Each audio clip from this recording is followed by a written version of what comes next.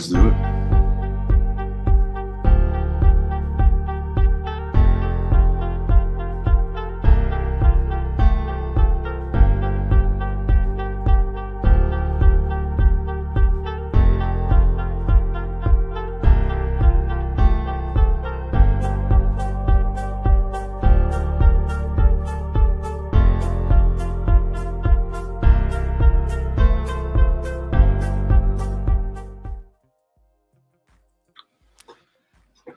What's going on, everybody? Welcome back to Kicks and Picks podcast. Man, November 20th, I feel like it has been forever since we've been back on, Scotty. Coach Steve joining us in a moment or two. Dude, international break, like the worst. Absolutely the worst. We were fucking rolling. And I'm pretty sure you laid off a little more than I did. But, dude, I don't think I got two bets right the entire international break. I probably went like 2-15. Yeah, I don't care what they try to do to try to make it interesting. I feel like betting international break games this time of year is like betting preseason NFL games. Like it's you're taking your best guess, but the players don't really care as much. I don't think the manager is really trying to like go out all out and win everything. They're probably testing things as much as they otherwise would. But yeah, I mean the idea of Nations League and it means something. I guess if you ask people from San Marino, they would agree, but outside the world, I don't know that they would. It wasn't any better anywhere else in the world. Like I was looking at the Cup of Nations qualifiers. Yeah. I mean, always a crapshoot in the best of conditions, but just a complete shit show there. South America, like just. No, you were upset about Argentina. You know what, man? Like, I'm a little bit over Argentina. Like, to me, they're probably like the most mediocre team ever to win the World Cup. Like I look at the lineup and it's been largely the same for the past couple of years. Not to say there aren't talented players, obviously there are, but like the midfield and the defense is just so average. Their goalkeeper's average, and I'm watching them like eke out 1-goal performances to Peru and fucking Venezuela and whoever else they played. I'm like, this team won the World Cup. Like I really can't believe it. Didn't Emi Martinez win like the Golden Glove, or am I making that up? No, he won the Yashin Trophy. Yeah, he won the Yashin Trophy for best goalkeeper, which is, I'm glad that you said that because that's an unbelievable farce that he won any sort of individual award for goalkeeping because he's not a top, like you said, he's not definitely not even a top 5 keeper. You could maybe make the case top 10 with what he's achieved through country, but yeah, I mean the dude is very average in most aspects of the game and happens to come up clutch. In clutch situations. I think that's the best thing that you can say about him. Very big penalty kick stopper and like 1 or 2 miraculous saves in international tournaments. Yeah. I don't mean to discount penalty kicks goalkeeping effort, but so much of that is luck. And I don't know. I think it's what you do outside of the penalty box is more of a indicator of your goalkeeping level than how many PKs you can save. Definitely. What's up, Coach? What's going on? Apparently StreamYard doesn't support my background anymore, which is interesting. It says it's all good. Chrome, and I'm on Chrome, so I don't know. Yeah, we're just talking about how much of a fucking disaster international break was from a betting standpoint. Like, I'm super happy that I didn't tweet out any of my picks because we probably would have lost followers. But yeah, pretty much exactly all we got into at this point. But we are definitely going to get into the slates. England, Italy. Interesting week. Let me say the thing that I have to say every week that we go on times like this. Coming off of international break, we have weekend games, Champions League the very next week, Tuesday and Wednesday. Proceed with caution as much as you can because there are going to be some wild results this weekend. Yeah, and I think the international break is going to help some clubs, and I think it's going to hurt, quite a few. City, I think, is going to be a big beneficiary of the break because nobody was colder than them going into it.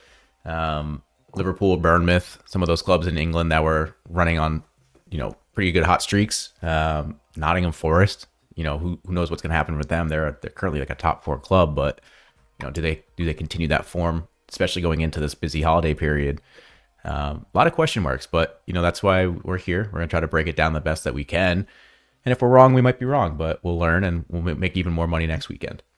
Yeah, no, listen, largely we've been good. So if you've been following along, you know that. If you're new to the show, appreciate you. We're going to try to make sense of this the best we can.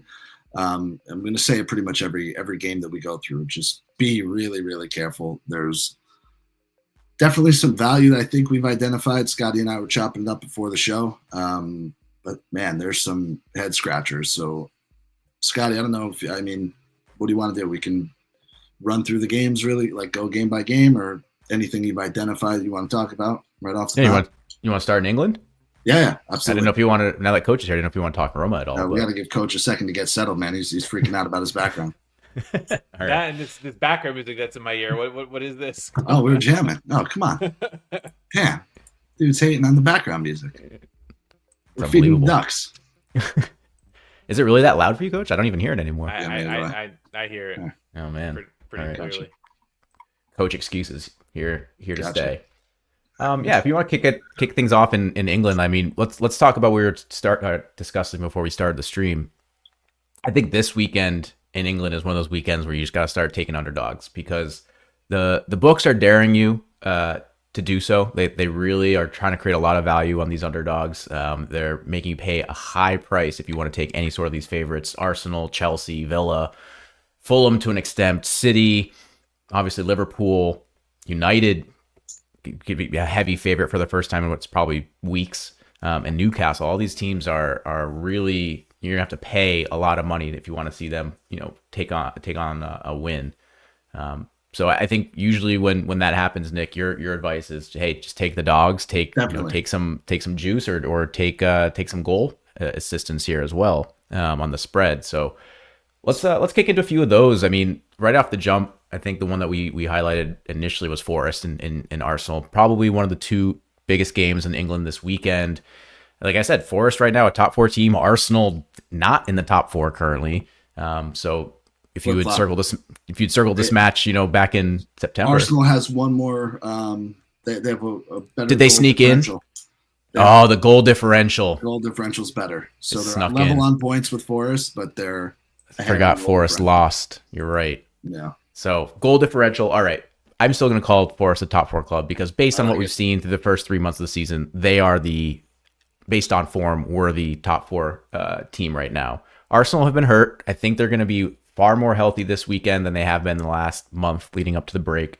There's a lot of question marks around some players, that didn't show up for international. So like Declan Rice and Saka, I think those guys will probably play if the lines are anything to go off of. Calafiori might be healthy. He's been important in that makeshift back line that they've been putting together the last few weeks. So I would guess that he'll be out there in some capacity. But man, I don't know that I want to put money on Arsenal right now. I know that they are coming off of a break and they should be ready to go. But with the way that Forest has played the first 3 months of the season, given that context and given what's the value? It's plus a goal there, sitting at what was it? Plus a goal is plus 140. Plus 140. Plus a goal in a quarter is minus 105. Plus a goal and a half is minus 135. Yeah. Which is, I have minus 125 on DraftKings for that. Which is fucking even more playable. If you know me, and Scotty just said it, if you know where I'm at, that's too good of a number for a Forest team that's in great form, as you mentioned, and an Arsenal team that is winless in their last 4 in the Premier League. I'm trying to make sure I'm looking at their previous games the correct way. It's their winless streak goes back further than that if we count the Champions League, right? Because they lost to Inter in the last Champions League match. Yep. So they just don't look good. You can't count on them to score. You mentioned they've had injuries. Okay, you can buy that to a certain degree, but just nothing about this team looks fluid. No. We mentioned they were going to, at the very beginning of the year, and pretty much every week since, they have striker issues. They just don't have that one guy you can depend on week in and week out that's going to score goals. And I think we're seeing that with what they're doing. They have 18 goals scored in 11 matches, so that's under 2 a game. They've averaged well over 2 a game for the past 4 seasons. So really, really struggling to get the ball in the net. Forest has just about as many goals scored. The defense has been a little bit better. I don't see how you can't take Forest getting a goal and a half until Arsenal can prove it to me that, hey, we're the team that everybody thinks we are. We're the teams that the books are assigning the value to us. And they have Champions League on Tuesday. Yeah. Like, no, you know what I mean? They're playing Sporting too. It's not like it's a, easy game. You're playing Sporting away, who, by the way, has the most informed striker on the planet.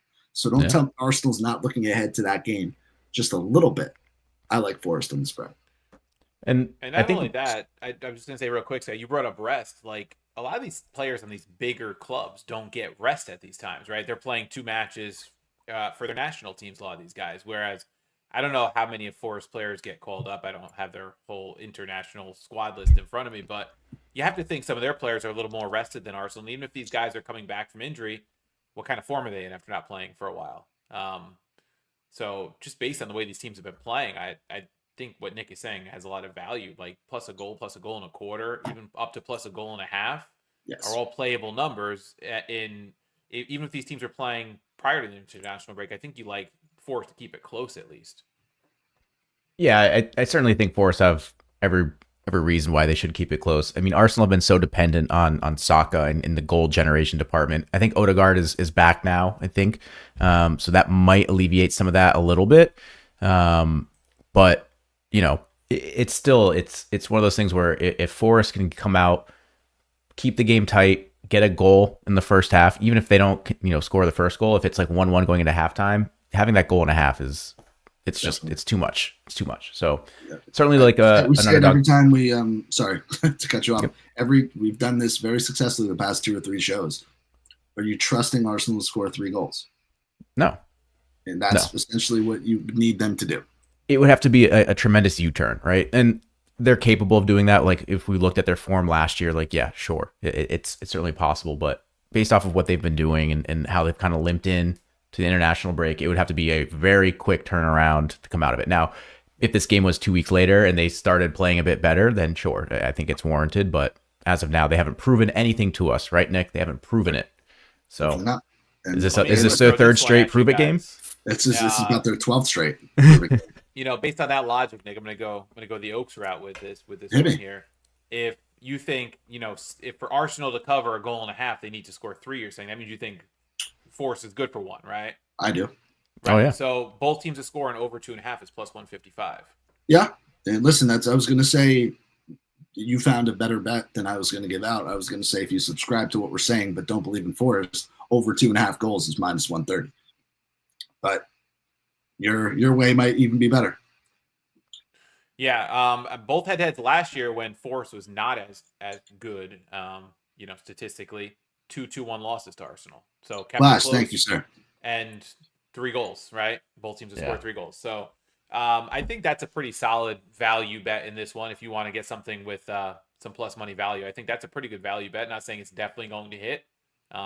Like we've been saying, coming out of international break is funky sometimes, but you're not going to get much better in an Arsenal match plus 155 in matches where they tend to have 3 goals quite often. But not this year. Yeah, recently, no. Recently it's been not as much, but I kind of like it. But I think the safer bet is probably your play at plus a goal and a half, minus 125, minus 135, depending on when you're getting it. That's still a pretty solid number. At minus 135 to get a goal and a half coverage is pretty solid. Yeah, you're buying a ton of results, right? They could win the game outright. They could tie the game. They could lose the game by 1. I don't know. It's international break killed this fixture almost, right? Like I feel like if that didn't happen, you're taking you might even be taking a shot with Forest like on the money line or a double chance or something like that. Bet or something, yeah. But no, Arsenal has to prove that they're scoring 2+ goals consistently. You got to back Forest in this one. I mean, if I don't know. Now I'm starting to talk myself into it because I want Arsenal to lose. So I'm just going to leave it at that. I think I've made my case strong enough. Yeah, I think we leave it there. We'll move on from there before Nick talks himself into something silly. Yeah, I don't want to do it. Looking elsewhere, I mean, we've got a couple other underdogs. Chelsea, Leicester. I don't like this game that much. I think if you're going to bet something again, I'd stick with the underdog, find Leicester and some value. But I fully expect Chelsea, with the way that they've been rolling and scoring, that they'll get the result here. The next game Leicester that I like a bit is a fat number, but not enough for me to take them. Big facts. The other game I like in this early slate, Aston Villa versus Crystal Palace. Aston Villa almost playable at minus 160 in the money line. I think if you wanted to go and give them, -1, you can go ahead and do that. Palace have been pretty bad this season throughout. Normally we expect them to have good games, some good games, some bad games. They've been pretty standard bad all season long. But the play that I do like is the both teams to score over 2.5 at plus 105. Villa's team total over 1.5 is like minus 170. It's something ridiculous. But their defense hasn't been all that great this season. It's been probably it's certainly been weaker than it was last year when they finished in the top 4. They've allowed 17 goals in 11 matches, so almost 1.5 goals per game. I think Palace certainly have enough to get a goal in this one. So I like the over 2.5, both teams to score at plus 105. I think that's probably the best play in this match, unless you guys have found something else that you like. No, I dig it. I was going to say, without a clean sheet in 5 for Villa. Yeah. Losers of 2 straight, winless in what, 4? Losers of 4 straight when you count the League Cup and the Champions League. Yeah, there you go. And 5 straight without a win. But Palace, dude, they do kind of stink. They do. They really do this year. I'm trying to make a case for them. I can't do it. No. Is it a right spot for Villa? It is not at that number, though. You take the goals. I'm with you, Scotty. Yeah. I think it's the match you take the goals, too. Hold on. Flash is in here. Yeah, see, Villa -1 plus 105. I that's, if you wanted to take a result, that's probably where you would go. Even like minus, 3/4 of a goal. I think that was like minus 115, minus 120, depending on your book. That's not bad. Okay. Bournemouth, Brighton. Nick, you and I were talking this one. This one's tough because, again, Bournemouth, one of those teams that had decent form going into this, at least better than we expected from them, right? They've been a solid mid-table club under Areola. They've had a couple big wins in the past 2 or 3 weeks, but Brighton have fully looked reloaded and sitting at like just, I guess, outside of the top 5, I guess, between Arsenal and Forest now, but certainly been playing well. We've been waiting for them to fall off the cliff, with Danny Welbeck being one of their key players, but hasn't happened yet. So what do you guys make of this? I mean, either team here is playable. Money line, Bournemouth is plus 140 at home, Brighton plus 185 on the road. So you could really even go draw no bet with Brighton in this case if you like them at plus 105. Do you guys like Brighton as the underdog here? Do you think Bournemouth, with the way that they were playing leading up to the match, has a little bit more juice to it? Yeah, I do like Brighton. I think they're the anti-Arsenal for me. They're the ones who I've been saying, okay, Brighton, prove it, and they have. They ultimately have. I've been wrong on them pretty much from the start of the season up into 6th place. Like you said, they are scoring a ton of goals. Their form is pretty good. They're away. I get it, but plus 105 on a draw no bet seems like pretty good protection to me. I would love plus 1/4 of a goal to get there. It's not quite there. It's minus 140. I'd like to see that in the minus 125, minus 130 range. But I think Brighton could very well win this one outright. Bournemouth, I don't really know what to make of them. They're pretty much like that team that anything could happen any given week, right? They've won 4, they've lost 4, they've drawn 4, they've scored 15, they've allowed 15. Their home and away splits don't seem that much different to me. Good for them. I mean, they're like kind of that team, but I think Brighton is just a little too much for them to handle in this game. Plus 105 seems like a good number. Yeah, I like the draw no bet plus 105. That's a good number for me. Brighton's been very consistent, like you said. I mean, the losses on the road, the 2 that they have, I think, were Liverpool and Chelsea. So no shame in that. They score goals. The thing is, they do give up goals too. Both teams give up goals routinely, which makes another one. This number's nowhere near as fat as the ones we talked about in the other matches. But both teams to score over 2.5 is minus 135. I kind of like that and the draw no bet. That's kind of like a nice backup play, because I think if they lose, I don't think they're getting clean sheeted by Bournemouth. No. So I think the only way you lose money in that scenario is if you get like a 1-1 or a 0-0, but then you're still getting the push, right? I don't think they lose 1-0. Is where I'm going with that. No, I think this is definitely a game with goals. I was actually going to bring that up, Coach, because even if you wanted to play some sort of total or over, I think it's really steep in price. But when player props come out, I certainly think that's an option. Yao Pedro has been coming in as a super sub and been delivering results for them in the past couple of weeks. So if you wanted to really even like take like a long shot, like playing a live goal, anytime goal scorer option on Yao Pedro, or even though Matoma or someone similar, I think that's probably a decent prop play if you're looking to have a little prop opportunity on Saturday. Yeah, and in Brighton, 8 out of 9, more than 2.5 goals, 8 out of 9, both teams scoring. Gordon in the chat brings up Brighton team total over a goal and a half, which is actually a very solid number. Yeah, minus 110. Yeah. You got plus 110, Nick? A basketball match. Yeah, plus 110. So there's a lot of plays I kind of like here. Not a match I'd typically like immediately draw my attention to because, name value with Bournemouth not there. But looking at the goal scoring, I do think this could be one where you take that over 2.5 both teams to score scenario. Maybe take the Brighton team total if you really like it. I'd even be curious to see to ladder up a little bit on the goals. Maybe a smaller play on over 3.5 if you like 2.5. Right? See, and this is where I got to give the Premier League their due, especially this year. Like there hasn't been a stinker weekend. Like every week just has good matchups, and every game just kind of turned. Like Scotty and I were going through the list before you got on, Coach, and we're like, he's like, oh, there's really nothing I like. And then all of a sudden here, now we're into the sixth game, and we have a play in every single game. Like these, it doesn't matter who's playing. The entertainment value in the Premier League this year has been outstanding. And I think this is a good example of that, a game like this. Yeah. Yeah, I think there's a lot. What do you think of possibly over 3.5 if you go over 2.5 and then you ladder up to over 3.5 with a smaller play? Do you think that's in play, or do you think it's a little much? It's I just had it. Where'd it go? Plus 145. I'd like for it to be a little better. Maybe not big enough, right? Yeah. But yeah, I do see goals in this one. I think that's more of you take the over 2.5, and then if there's no goals in the first 15, 20 minutes, you just double down on it. Double down on it because you get the better number. Yeah, that makes sense.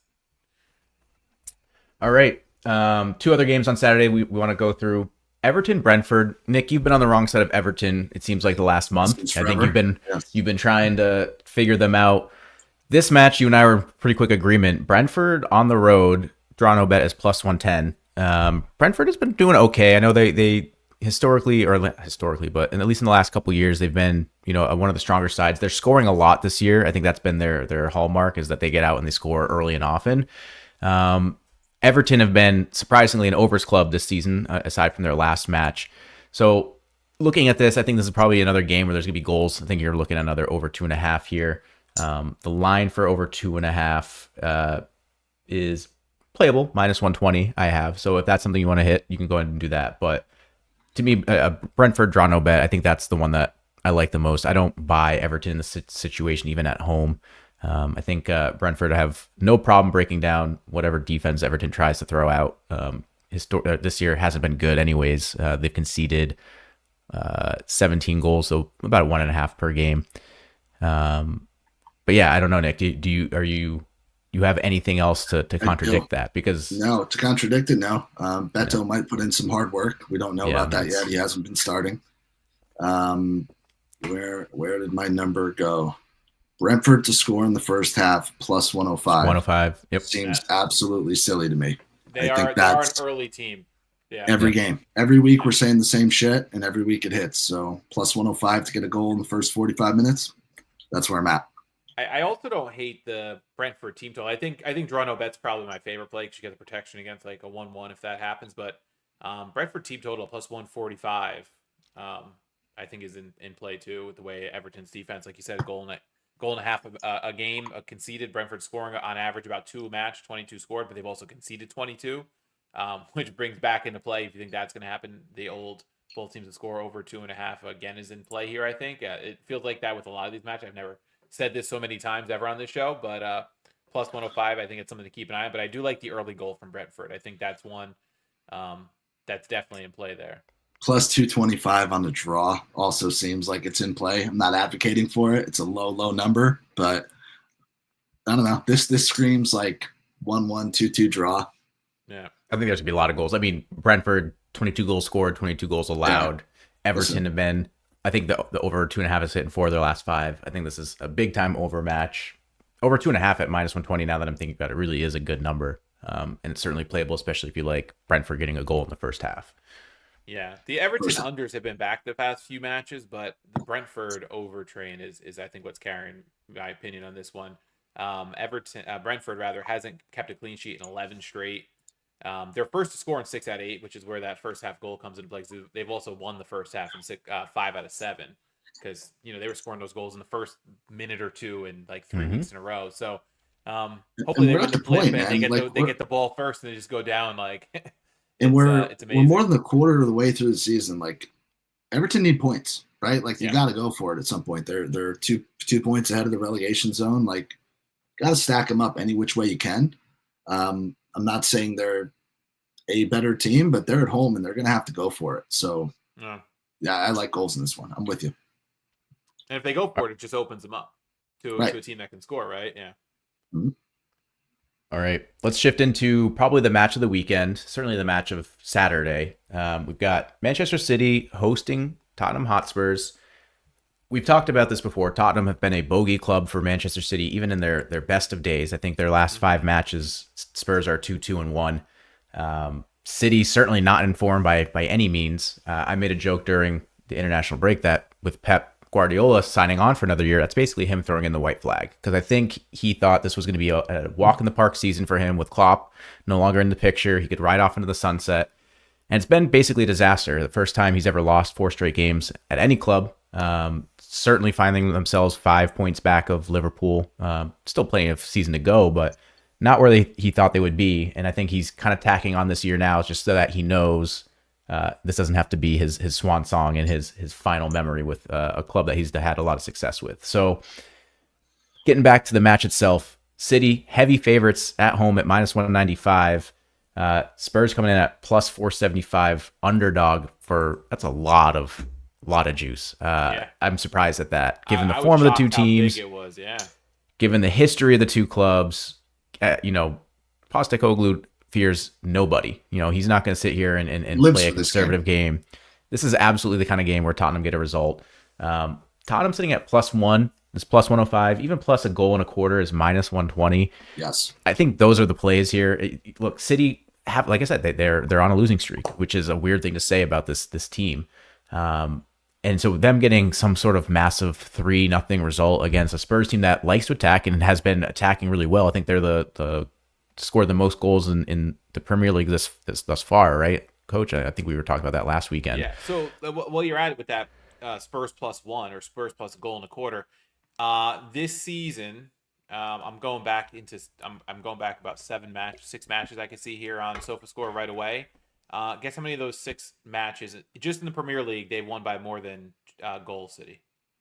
By more than 1 goal? By 0. More than a goal in their last 6 in the Premier League. None. I'd say maybe 1 or 2. None. 0. Maybe 1. None? They haven't won by more than a goal in their last 6 at minimum, because that's what I'm And I can tell you, every single week we're in the group text saying, hey, live bet on City, live bet on City. Yeah. This is time to bet City. They're behind in every game. Hasn't been. Yeah. And when you throw in the, loss in the Champions League to Sporting, you throw in a loss in the League Cup to this Spurs side that beat them 2-1. The only matches that really jump out at you, like the 5-0 win at home to Sparta Prague, and beating Slovan Bucharest over there 4-0. Other than that, everything's close. Even if they're winning, it's by a goal. So I think that plus a goal is big. I think, and now you said he's not going to fear them, right? So especially getting the win in the League Cup, that just buoys this Tottenham side's confidence even more, I think, to get a result. And you said it, they've been a bogey side for City, and I can't trust City right now. 4-match losing streak overall. This is exactly the game that we talked about at the top of the show. This is the game where you fade the favorite, coming off of bad form, coming off of international break, going into the Champions League next week. Just plain and simple. City plus a goal in the quarter is where it's at. This is, though, also one of those games, I'll say proceed with caution. One of the few games where player props are readily available. there's a huge discrepancy. It doesn't make sense. So the over is 3.5, right? So it's minus 120 for 3.5 goals. So books are expecting goals. Haaland is minus 200, which is insane. But still, the dumbest number you could possibly assign to a player to score a goal. I don't care that it's Haaland. I don't care who he is. Sports books do not accurately reflect how hard it is to score a goal in a match. So, okay, you're saying over 3.5. That's likely based on the odds. Haaland to score a goal, that's likely based on the odds. I get it. I'm tracking. Look at every other player on the pitch. They're plus 220 or higher to score. So you're telling me there's going to be 4 goals in the match. There's going to be 4 goals in the match. Where are they coming from? So it's either they're dead wrong or we're picking up 2-3 units on somebody scoring a goal. I don't know who it is. I don't know what the lineup's going to look like. I don't know anything. I think that's the problem. I don't even know that the managers know what the lineup is going to look like. There's been a lot of rotation coming through. I mean, City have had their own mini injury crisis. I have no idea what the fuck is going on with Kevin De Bruyne, who's been playing 5-10 minutes a game for the last 5 games. Has to be hurt or something. I don't know if anybody has clarification on that, but if De Bruyne starts this one, I think he's sitting at plus 250. I don't know. They don't have goal or assist props out, but if he's sitting at plus 250 on anytime goal scorer, you can bet he's probably gonna be plus money on goal or assist. That's probably my favorite. I'm trying to see where we get it from Tottenham. If we're looking at Son, if we're looking at Johnson, I was looking at Son. I'm looking at even Solanke at plus 240. Solanke at plus 240 is kind of silly. He's been pretty good. He's settled in. Yeah. So I don't know, man. Just be on the lookout for lineups. But the only thing I'll say, whether you like our bet or not of taking Tottenham, just be very cautious with this Man City side in this game looking ahead. Not to say they can't win or won't win, but just be very cautious. I think Gordon makes a great point. Son loves a good goal against City. I just pulled it up quick. Sure does. 19 career matches against City. He's got 8 goals, 4 assists. So I don't know what his goal or assist number will be, but he's plus 340 on the goal line. So you got to. So you're looking at plus 150, plus 200, definitely. Which is very much in play, because if we think Spurs has possibly 2 goals in them, because we think they're going to keep it close and possibly a 4-goal match, I think that's definitely in play. Bentancur did get suspended, I think 7 games or something. 7 games. 7 games he'll be out. The other point you made, Vicario did look like absolute dog shit over the international break, so that's not a good look for them. But City's D hasn't been any better. So I think we definitely getting a goal from Tottenham in this one. All right, let's look at the last 3 games of the weekend, all on Sunday. First one, Southampton, Liverpool. Again, like this is, you have to get creative if you want to bet something here. I don't personally like anything. I am surprisingly bullish on Liverpool this season, given my history on fading them just for my emotional sake. But you'll have to get pretty creative and take something relatively high. I think their team total is over 1.5 is minus 340. Like, it's crazy. So a lot of goals here. Probably have to find something with like Salah or like Diaz as your player props. But the other 2 matches are a little bit more playable.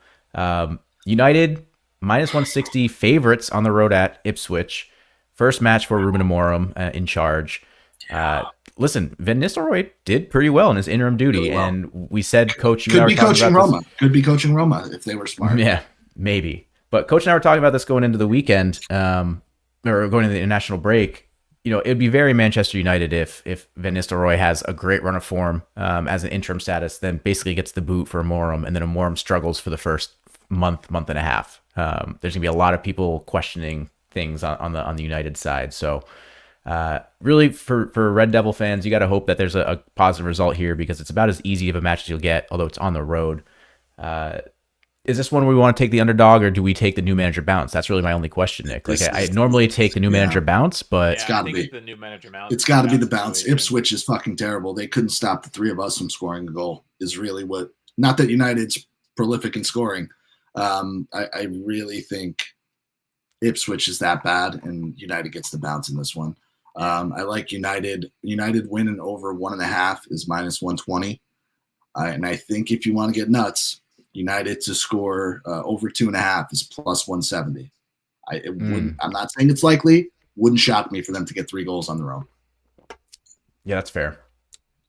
Even like Ipswich, they've chipped in. They've been scoring goals against some of these top clubs, so I like them getting a goal in some capacity in this as well. First half, I was trying to go through some of these props because I feel like this is going to be one of those games where if something happens, it's going to happen early.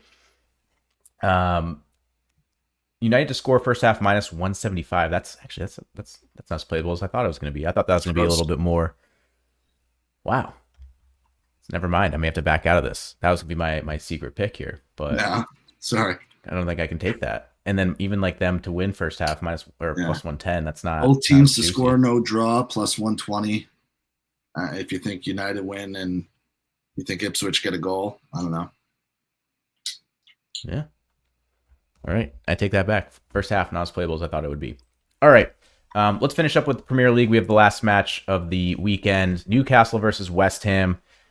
Newcastle, another team Nick's been waiting to prove it to him. They've been up and down. I think they've been slightly on a positive trajectory now that Isak has been healthy and playing in the last 3 weeks leading up to international break. They are the heavy favorites in this at minus 200 at home. That also kind of plays into it. But West Ham at plus 500 on the money line. Again, you're going to find value on the spread here. West Ham plus a goal is plus 100. Plus a goal and a quarter is minus 135. Another game, Nick, where I'm leaning towards the underdog and in a goal. I get it. Newcastle is at home. They should be in better form. West Ham actively choose not to play defense for most of their matches, so there's going to be goals in this as well. But I don't know. I feel like they keep it close. This might be a 2-1, a 2-2 type game. If West Ham can get 2, I think plus 1 is the easy win. Where do you see this going? I don't see Newcastle necessarily scoring 3, but I don't like either side. I don't know what to make of. This is just a complete pass game for me. I don't have anything super strong to say other than, I don't know. Newcastle's just kind of there, and West Ham stinks. But is this a game where like West Ham kind of figure it out and Newcastle lay an egg? Maybe. They're probably looking ahead to next week, but I don't know. I can't back either side in any strong fashion. Yeah, my what I was leaning before I saw the line was team total for Newcastle over 1.5, so it was minus 210, so that's unplayable. Because Newcastle's not one of those sides that has to worry about Europe in the midweek, so I feel like this coming back from international break affects them a little less than the other Europa League or one of them. They didn't even make that. No, they're not in Europe. Oh yikes! So yeah, take that away. My bad. Yeah, so I think it's a Newcastle win, but the number you're getting from them is not worth the play. And I don't know if I could go to minus. I mean, you could go minus a goal, but I don't know if they win by 2 goals, right? And minus Why? A goal Why take the minus 135, right? It's not worth the risk, I don't think. No. We never make these picks. We never advocate for them because they're just such shots in the dark. But this might actually be a game where you play a 2-1 correct score, Newcastle to win 2-1, because I feel like that's what this match plays out to be. It's plus 550. Wait, holy shit! We have to play. I'm not even going to let you finish what you're saying.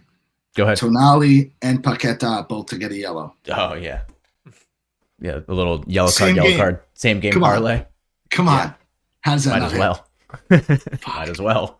Oh, I love One of them will Paqueta certainly yellow. get it. Paqueta yellow, if he starts, is like fucking automatic. Easy. I don't think Tonali's around the ball on defense enough to get a yellow. Unless he bet on it. Tonali's yellow would be from either protesting to the ref or kicking out when he has possession and someone does a borderline tackle. Let us know what you're doing, bro. Hit us in the DMs. Let us know what's going on. All right. I think with that, we're all good to shift over to Italy now, right? Is there anything else in Premier League you guys were looking at? But no, we covered. I'm echoing what you said. I think underdogs are the play this weekend. Proceed with caution, but a lot of good games. All right. Let's kick it over to Italy then. Nick, what are you looking at in Italy? Coach, I have nothing in this Inter match, so I'm not even going to talk about it unless you got something there. No, I mean, I would expect them to take care of business, but there's nothing you're going to do with, even if you think Inter's maybe looking ahead to Champions League. I don't think you touch anything with Verona. I don't think. Yeah. You go here. Everything's too juiced on the Inter side. Inter over 2.5 minus 115. No, there's no need to. No, because it's gonna be like a 2-0 win, and they're gonna cruise into the midweek. No. They're not gonna put the pedal to the metal. I mean, Lautaro at least is finding form for them. He scored a really nice winner for Argentina the other day, but not enough to play anything here. You also don't know what kind of lineup Inzaghi's gonna play because they have Champions League. He's kind of been rotating strikers and things like that in some of these matches. So I stay away from this match. Yeah, normally I'd love to fade Hellas Verona, but yeah. I think the only way you play Inter is if in part of a 3-team parlay or something this week. Like if you play one of those kind of things. But I think that's it. All right. Well, we got our Juve contingent in the chat, so let's match of the weekend. Get right to it. Number 1 against number 2. Oh no, wait a minute. Hold on. Let me look at the standings. Number 6 against number 7. Juve against Milan. Let me hit you with the lines here. Hold on. But I think it's important to say in the standings, just to give reference for Serie A, if anybody's not, up on the standings. He hit us. He got us from the standings. No, but Juve is on 24 points. Oh, you want the full standings. Okay. No. Juve on 24 points is in 6th, but they're only 2 off the top. It just speaks to how tight the league is right now. Milan is on 18, so there's a big gap. Yeah. 6 against 7, marquee matchup. Milan at home plus 115, Juve plus 235. Draw sitting at a very, very low plus 215. Juve draw no bet plus 145. And the very, very, very, very silly, it was actually plus 150. And then if you want Juve plus a quarter of a goal, that's even money, which is pretty solid as well. But I am going to tell you boys, especially with Vlahovic out, not that he's done all that much this year, I'd be really, really, really upset if I were a Milan fan and they didn't walk away with a win in this game. I think at home, on the type of goal-scoring form that they're on, they need this game. Granted, Juve's been good. Obviously, we've talked about it. We'll get into it. They haven't given up a ton of goals this year. They still haven't lost a game in the league. I feel like we have to qualify that every single week. It's a fact. They draw a shit ton, but they don't lose. Yeah. But Milan has to like this game. I think Juve still hasn't figured it out in the midfield. I think Milan is starting to figure it out in attack. We know about the chances they generate game in and game out. But this is a game where they're going to have to score 2 goals. And if they do that, I don't think Juve has a chance, especially with that. I heard Weah is going to be starting at striker for Juve this week. So I just think there's a little too much for Juve to overcome, especially away from home. Nick, I get your point, but the last home match for Milan prior to break was their 2-0 loss to Napoli. As the resident Napoli hater, I have to bring up the fact that I think Juve are a better team than Napoli. So getting Juve at plus a quarter a goal, if Napoli can do a 2-0 match versus Milan, what's the difference here? Why are we so much lower on what Juve can do? I think Juve are keeping this close. I don't see this being. This would be a 1-goal game either way. I think Juve's going to play for a 2-goal or less match. Who's scoring the goals for Juve? That's why I almost honestly, I know Milan's in form in terms of scoring goals, but I wouldn't be shocked if we get a 0-0 type match. The first 6 guys, Juve's going to realize they have to play a defensive. The first 6 guys on your list for goal scorers are all on Milan until you get a Juve player, because Vlahovic is out. I'm not even counting him. Yeah. So I'm going to wait for the set piece. Give me a nice set piece goal. Maybe, and it's possible. And listen, they've been okay. But I think Milan's just a deeper team right now where it counts. And I think they're starting to really find the form. Leao, who, I hate Leao more than anybody. Dude has looked really, really good the last 3 games. Pulisic obviously is on the form of his life. Reinders has been awesome. I think they have still guys that, they haven't yet made the impact, but, you got Okafor, you got Chukwueze, you've got Loftus-Cheek. I think there's just too much for Juve to deal with when they're going to be so worried about where their goal is coming from. You know what I mean? And I'm a Vlahovic hater as well. You guys know that, so I'm not just picking one side over the other. At least when you have him on the field, you know where your reference point is. You know where you're looking to go. You know where offense can come from. If you're telling me Weah is going to be the guy that starts in the middle, and I'm not knocking him as a player, but he's not a striker. You're telling me he's going to – I don't know. I just don't see it. At least if you told me, hey, Yildiz is going to play in the middle and we'll figure it out, I'd kind of understand it. Nico Gonzalez is hurt. Vlahovic is hurt. They have one other injury that I can't think of. I just don't see where the goals are coming from. They're getting 1 goal maximum in this game. Who would be the Milik, thank you. Yeah. He's out for the next 2 weeks, 2 months, whatever it is. He's been out for the whole year pretty much. Just where are their goals coming from? I just don't see it. Yeah, which is why and I look at Milan, they're coming off a 3-3 draw against Cagliari. But you look before that, Where'd it go? Just pulled up the Juve list. Yeah, they scored on Real Madrid. Those 2 matches, right? But prior to that, 1-0 win over Monza, 2-0 loss to Napoli. The Bologna match got postponed. Udinese 1-0, lost 2-1 to Fiorentina. So I know they in recent weeks they've started to come on a little bit, but they've had quite a few matches where they've been shut out or held to 1 goal. And there's a reason why Juve has 6 draws, because they're comfortable playing these 0-0 type matches. I can't trust that Milan's going to get 2 goals in this match. No way. I can't. Nope. But they could. I can't. And I don't know where Juve's going to get their goal either. That's what, gun to your head. Right? A team is getting 2 goals. So you going with?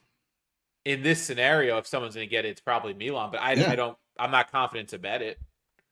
Has Juve allowed 2 goals in a match yet this year in the league? Yeah, that Inter match, they had that 3-3 The Inter, okay. 4-4 or some shit like that. Yeah, whatever it was. They also gave up 2 to Parma. They had those back-to-back matches where they went from giving up no goals in the league to giving up 6 in 2 weeks. Are you going under 2.25? What are you going to do? You taking under? I would probably feel more comfortable with that than taking a team to score 2. Just because I have a feeling the way Motta's going to know he's going to have to approach this match. Right? I think he knows he's going to have to control the possession, try to dictate play a little bit, and if they can steal a goal, they can steal a goal. But I think from a Juve perspective, if you go into this match knowing you don't have Vlahovic, you don't have Milik, you don't have a couple of these other guys that can provide goals, and you can get out of here with a 0-0, I think you take it and you run, considering the injury situation. I did forget that Fonseca stinks. I got so excited about Milan that I forgot that Fonseca was their coach for a second, and that dude is fucking garbage. So valid point. Thank you for grounding me a little bit. I mean, there's a play that I would consider just a sprinkle, not a full unit type bet or anything like that, depending on what people are betting. But the 0-0 is plus 750. I mean, you're gonna sweat. You're gonna sweat for 90 minutes because that's not a bet I'm normally ever going to consider playing. But just knowing how Juve's been so then take under 1.5 goals at plus 210 total. Yeah, you could do that. Then you get a 1-0 and you don't die. Yeah. I mean, as I get your point, Coach. 0-0. This with the way that Juve plays, that's like the logical pick, but there's going to be a goal in this in some capacity. I'm telling you, I'm taking right now. I would take Leao and I would take Pulisic. They're both at plus 275, and one of them hits. Pulisic, yes. One of them hits, and you're feeling really good. I really wish the score assist numbers were out. Yeah, no player. Pulisic, yeah, that's the only thing I hate when we record on. Sure. This point in the week, we don't get those till. I mean, they usually come out like close to match time. So assuming that's plus 130 or higher, I think that's an auto play. Emerson Royale to get a card. That's always good. That dude fucking stinks. Martino, the original Fonseca lover. Guys, back me up because I give him shit about this all the time. Tell me he didn't come on this show and brag about Fonseca early in the year, saying it was a good signing. All right, I'll find the clip. I'll find it. The clip exists. I wasn't on the pod when he did that. He came on when I was on vacation this summer, but I'll find the clip. Okay. We got it for you. We're moving on? Yeah, I don't know if I'm trying to like grasping at straws here. I just think, gun to my head, Milan's the better side. Disagree. With the injuries that Juve have, yeah. And they're at home. That's where I'm at. Home is the only thing that matters, but I still like Juve plus a quarter goal. That's my official pick. Anything can happen. Listen, there's a lot of Juve fans saying the same exact thing that I'm saying, so I feel pretty good about my insights. One thing I'll say about Juve fans, all the ones I interact with, good people, good knowledge. I've never seen one ever say that Juve is going to lose a game, ever. So until I see that, I can't take the comments too seriously. I mean, they're used to winning. They've won a lot in the past, decade and a half. So, yeah, 6th place looks good on them. That's all I'll say. All right, let's get on to Atalanta. Where are we going next? We got to get into Atalanta because that's the team of the pod. So, yeah, they are playing at Parma. I know the lines aren't. They're close. They're almost playable, but I think this is certainly. I mean, Atalanta easy overs are always in play here. do we like? I mean, what's the total? Over 2.5? Oh, sorry, it's over 3.5. Shit, plus 135. Nope. That's tough. You can maybe tease that to plus 3 in the Asian handicap. So that tells me that I'm playing Atalanta to win and over 2.5, which is, hold on, I'm going to find it, plus 120. That's my play in this one. I don't see how Atalanta. So is Atalanta to win and over how many goals? 2.5. Over 2.5. I think over 2.5 was going to be my play until I saw it was unplayable. But generally is good for a goal, right? I mean, yeah. Generally speaking, but I do think Atalanta wins. They've been starting to find themselves a bit. Dude, they're 5 wins and they're 5. 10. Yeah. 31 goals scored this season in 12 matches. That's fucking nuts. Both teams scoring in Parma matches 8 out of 10. So yeah, I think that if you're going to play something, I think that's the play to go to. Because Atalanta does concede. They conceded to Udinese before the break. They conceded 1 to Verona in their 6-1 win. So there are matches where they do concede. They did shut out Napoli, but I think if you're looking, I can shut out Napoli. Napoli stink. Probably the one to play. We don't have Napoli fans in our chat. I must have done something wrong here because we never get Napoli fans in our chat. We need to bring them back. We'll get somebody on next week.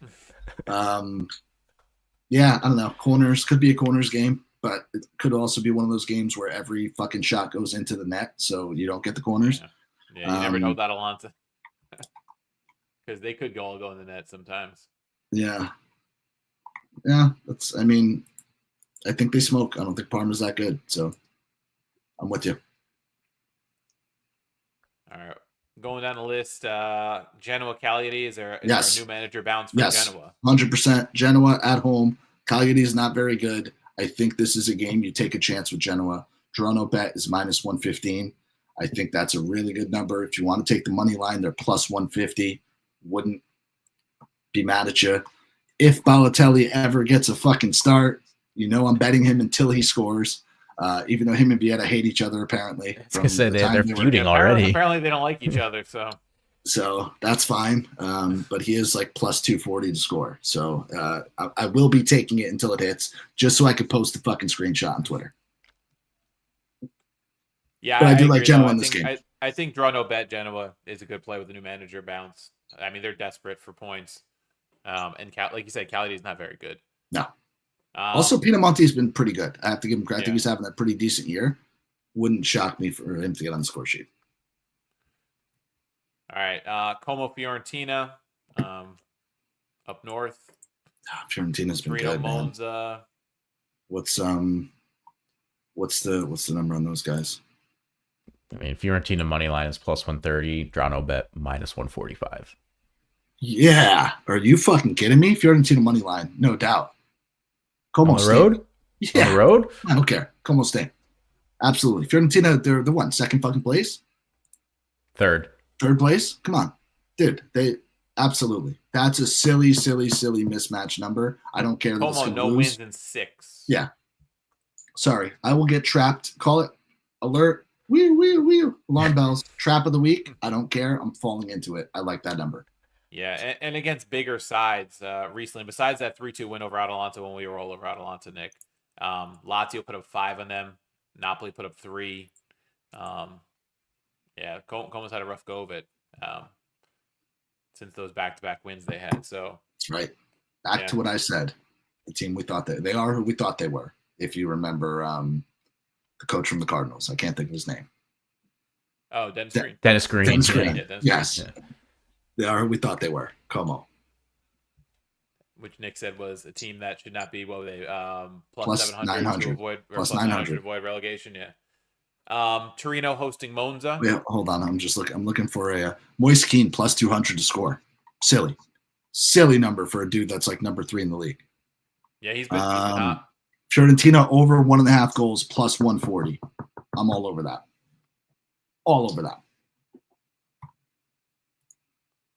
Sorry. You said over a goal and a half with plus 140? Yes. Yeah, that might be my favorite play in the match. Yeah. 25 goals scored. Como has 25 conceded in 12. Yeah. Yeah. If I lose that plus 140, so be it. That's a play. Yeah, I think when you get plus 140, that's too much value to pass up. Matter of fact, I'm locking it in right now on the air. Live bet opportunity. Hopefully, it's more successful than the time he locked in Balotelli. Then he just didn't play. But no, but the one before that, I locked. But there was symbolism in that bet for you, though. So that's right. It's my boy. Take it for what it was. Torino hosting Monza. Man, Torino's been bad. They started out really good, and they've been bad lately. Monza too. I would have been all over the money line. Away from because they both stink. Speaking of teams that both stink, Coach, what's the next game? Yeah, Napoli hosting Roma. Well done. One of them stinks. Well done, sir. I think I got to take, as again the resident Napoli hater, I think I got to take Roma plus half a goal at plus 110. They have a new manager. New manager bounce. Could be the plus half a goal. New manager bounce. That just tie the game. 1-1 draw. Success for Roma. They're happy. Cash is a plus money bet. Dude, I could kind of see that. Quite honestly, I like the draw at plus 250 in this game. I think Napoli has obviously looked good, but they haven't scored a ton of goals. Their offense hasn't looked prolific. Lukaku doesn't look that good. Surprising who? Who's surprised that Lukaku's not that good? Serie A fans. Yeah. Who told me that he was the second coming under Conte. Yeah. And other fans who said that McTominay is going to be a second coming under Conte. That's true, though. That's facts. We're seeing that. We're just going to take all the Premier League castaways, put them onto Napoli, and then all of a sudden they're going to be a good team, right? Well, no. McTominay's doing it. No. And I'm not trying to hype up Roma because Roma obviously have been awful, and they've lost 4 out of 5, and they're on their only way they can go is up. That's true. They're due. They might be due. But Napoli hasn't looked that prolific, and I could see Roma frustrating them. I think we're going to see a defense-first game. Coach, I obviously want you to talk to it because you know Ranieri. I think we're slowly convincing Coach that a result here is possible, and he came in here fully prepared to just be down in the dumps about Roma. Here's my thing. And he's look. I can see him. He's thinking about it. Before you even get Roma doesn't get a result here, it's tough sledding for the next 3 because they've got at Napoli. I think then they're at Spurs on Thanksgiving for the Europa League, and then they've got Atalanta. I'm not sure if it's home or away, but that's like 3 tough matches to start a tenure with a team that is like in free for all when you're taking it over. So I think they do need a result here just to kind of feel good about themselves heading into that stretch. Otherwise, it could be 3 more losses in a row. I think. Only way they can go is up. And listen, they don't even need to win. Here's the thing, though, Coach. Given their form, they don't need to win those 3 games. If they get 3 draws in those games, you guys are happy. Yeah, super low happy. Expectations. Yeah. Dude, here's my question to you with Ranieri. I want your thoughts on the hire because I know Scott and I were ready for the circus. And some names, like the names that they threw out, weren't even exciting names for us to give you shit about. We were ready for the circus. The only remotely exciting name would be Terzic because he had a nice run at Dortmund and then they just went their separate ways at the end of last season after he took them to the Champions League final. Yeah. A lot of those names are very underwhelming. But who are you going to get in season as a third manager? Nobody of quality is going to want to take over in that situation. Right. No, and I fully agree with that. And that's where my question is with Ranieri. Like, what is possibly the upside for him in taking this job? And I say that with knowing that team is in a financial situation. Well, for him, there's no upside because he's just someone who's lives and breathes that club, right? So I guess he's a good servant, and his heart's in Rome. He's a Roman. He played for the club. He's managed them twice. And listen, I don't think your opinion necessarily has changed of De Rossi, right? Correct me if I'm wrong. No, right? But he looks a little Friedkin's made was but he looks a little bit worse, right? For having taken the job and gotten fired and didn't really do anything with it. Not to say he should have or should not have been fired. Not to say that he's qualified or unqualified to be the coach. We could have that debate another time. But you tarnish the reputation just a tiny bit. Same thing could happen for Ranieri. I also think because Juric was so terrible after him, I think it makes De Rossi look a little less bad, right? Because it's not like he came in and fixed things, and it was like I think Mourinho looks great. Yeah, and I don't think they would have been much better under him, right? Mourinho was on 3rd on my list to manage Roma. Second comeback. I think he would have jumped Ranieri, back. I don't think Ranieri's worried about his reputation at this point. He was retired. He comes out of retirement. He's the oldest manager in Europe right now. And he's the apparently going to stay on in some kind of advisory role to pick his successor after this, because they really need a football person, right? The person who was pulling the strings was Suluku, the woman who was there as like a business person. Apparently, her and De Rossi had their differences, and that kind of, moved the firing up a bit. Because you don't just fire a manager after, 3 or 4 matches, even if you're off to a rough start, because look how wide open the league is this year, right? If De Rossi starts to get things corrected, they're probably in that Milan to Juve range, and you're in the thick of the European race at the very least. Of all years for Roma to go absolute shit, this was the worst possible year, because all you had to be this year was somewhat decent, and you're in the mix for a Champions League spot. That, to me, as a fan of the team, is the most frustrating part, because you didn't even have to be great this year to be a top 4 side, based on what we've seen through 11, 12 match days.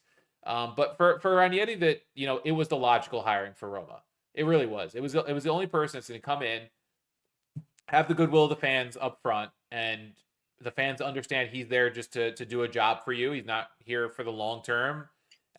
You hope for him he has somewhat decent results, because he is, he's not a Roma lifer because he's been around, obviously.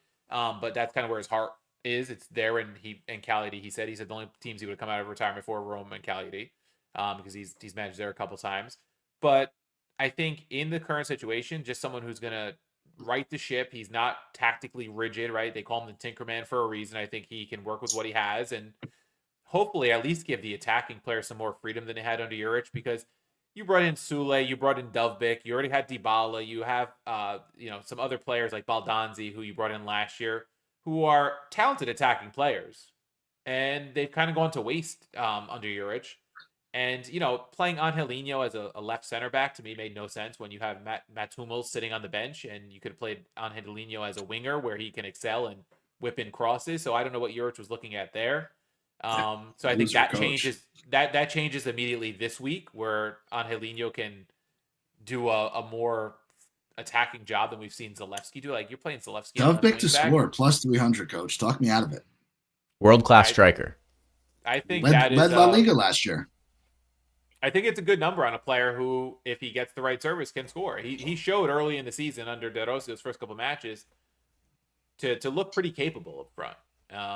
And then he's kind of lacked service of late. So I don't hate it. KK plus 225. No. But I'm an Napoli hater, so I can't do it. Straight with your hate, Scotty. Okay, I was testing the waters there. I'm committed to the game, but it sounds like we're all in agreement that Roma plus half a goal plus money is. Yeah, what's Roma to get a goal? I mean, I might take Roma team total over half. It's over half. Roma over half is is minus 180. Yeah, but you can throw that into something else. Throw that in with like a Atalanta team total over 1.5. Now you're at like minus 110. What do we got? Both teams to score. Minus 115. I like that. Yeah, okay. I'm fine with that. 1-1 draw. Cash my plus half a goal pick. Yeah. Yeah, that's crazy that the shortest odds on a Roma goal scorer, Dovbyk at plus 300. That just seems very long to be the lowest. It's not like Napoli, is impenetrable. They just here, ready? Sure aren't. Ready for my hot take? Roma is more likely to score a goal this week than Juve. That's my hot take. I mean, considering the injury situation, it's not the craziest thing to say. Well, I'm sorry, not to keep going back to that game. The point I'm trying to make is, Milan has to take advantage of that Juve. Like, at this moment in time, they have to take advantage of it. But will Fonseca do so? I forgot. Like, how could I forget about it? The other one I would keep an eye on if he starts. Anytime goal scorer Dybala plus 380. If they get a penalty kick, he's taking it. Yeah, that's kind of silly. Free kicks. I think just from that standpoint, or I would check out goal or assist number. What's a red card in this? I'm going to wait till halftime and then bet El Shaarawy halftime anytime goal scorer. Scotty knows. Scotty has ball knowledge. He was the only one that played with any balls in Juric's last match. Dude, scored the brace. He is criminally underrated as a player. Yeah. And I feel like players like that are going to be valued by Juric, guys he knows. So I'm curious to see where the lineup goes, but I think Ranieri, like I said, asking about the hire, he's the only guy that made sense in this situation. You need to start fresh in the summer, and I said on our Roma pod, like, you don't throw away this season, obviously, but it's almost better they finish out of Europe than finish in like 7th and are in the Conference League next year. You almost need the clean restart. Because, they won the Conference League once. It was nice to get a trophy, but I think at this point they kind of just need to start fresh. I mean, it's worked for Napoli this year so far. It worked for Juve the year before, right? No Europe, and then they're in the Champions League again. I think Roma needs that kind of reset. Okay.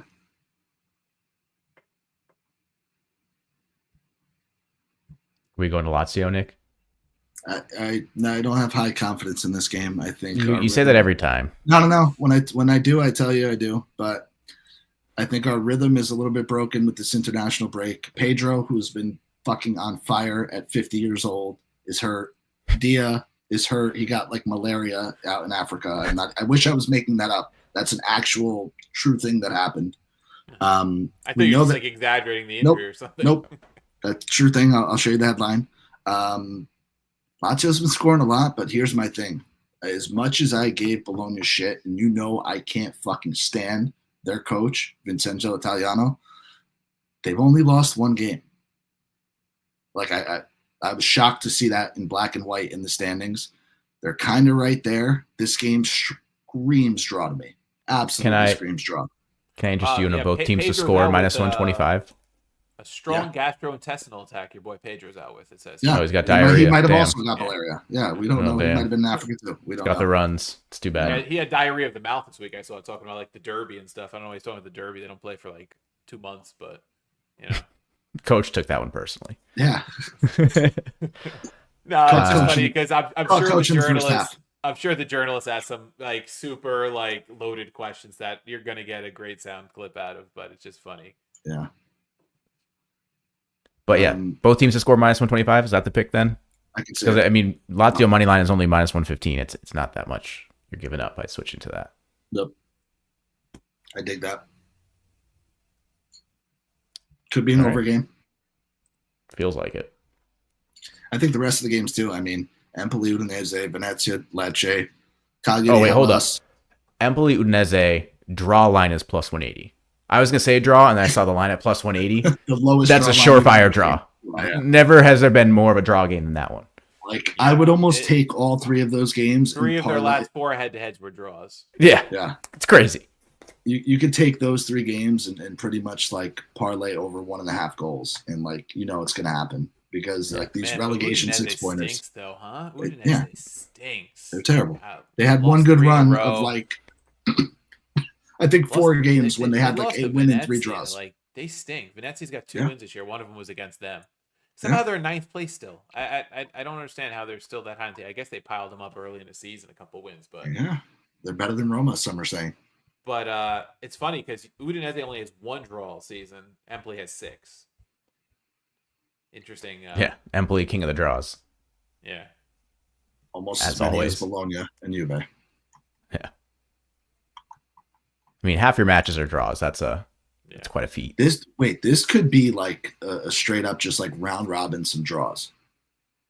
Like sure, pick 4 or 5 games, 6 games, and just round robin some draws. Sure, catch 2 or 3 and make some money. Don't hate that at all. The good old round robin. I'm out. All right. Any other picks in Italy? Anything worldwide, Coach? We got to look at Germany at all? We're leaving that one alone. I was just taking a quick look, but I didn't really get a chance to look deeply, and I'm not confident giving anything out. Well, I'm glad that we're back, guys. It's felt like forever. Anxiously awaiting our first pod back from international break. I'm glad it's been the here. International breaks feel like a long time. You only miss 1 match week, but because they there's none until March now, right? That's usually how it goes. Usually March, thank fucking God. Got like 4 straight months of club footy. All right. Well, that's it. If you've stuck with us for this hour and 10 minutes, we appreciate it. Make sure you subscribe to our YouTube. Follow us on Twitter. Shout out everybody in the chat. Appreciate you guys participating. And good luck with all of your picks this weekend. And we'll be back here next Wednesday, 8 p.m. sharp. Catch you next week.